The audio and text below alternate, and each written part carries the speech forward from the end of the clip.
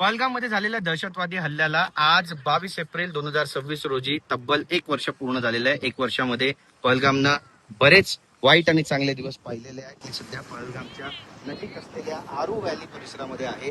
पृथ्वीवरील स्वर्ग अशी या आरू व्हॅलीची ओळख आहे आणि त्यामुळे देश विदेशातून, महाराष्ट्रातल्या कानाकोपऱ्यातून, देशभरातील बरेचसे लोक आहेत, पर्यटक आहेत, जे या ठिकाणी येत असतात. इथल्या निसर्गाच्या सानिध्यामध्ये काही वेळ, काही क्षण घालवण्यासाठी इथे येण्याचा त्यांचा मानस असतो. मात्र आज आपण पाहतोय की 1 वर्ष पूर्ण होऊन देखील आरू व्हॅली पर्यटकांनी भरलेली नाहीये.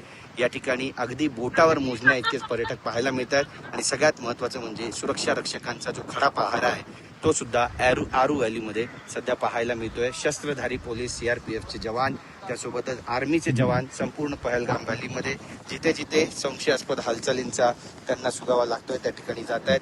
कोम्बिंग ऑपरेशन सुरू आहे आणि 1 वर्ष झाल्यानंतरही अजूनही परिस्थिती जैसे ते तसंच अनुभवायला मिळते.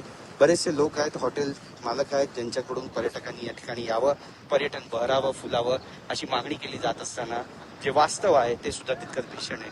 जी व्हॅली या ठिकाणी पर्यटकांनी पूर्णपणे बहरून जायची, फुलून जायची, ती व्हॅली आज अगदी शांत आहे. कारण पर्यटकांनी या ठिकाणी पाठ फिरवलेली आहे. त्यामुळे जे छोटे मोठे व्यावसायिक आहे, ज्यांचं हातावर पोट आहे, त्यांच्यावर बेरोजगारीची टांगती तलवार अजूनही कायम आहे. एकंदरीतच यातून राज्य सरकार, इथलं जे राज्य सरकार आहे किंवा केंद्र सरकार कशा पद्धतीनं माग काढणार आहे हे सुद्धा पाहणं तितकंच महत्वाचं ठरेल. कॅमेरा पर्सन योगेश गुरवसह गिरीश गायकवाड, TV9 मराठी, आरू व्हॅली, पहलगाम.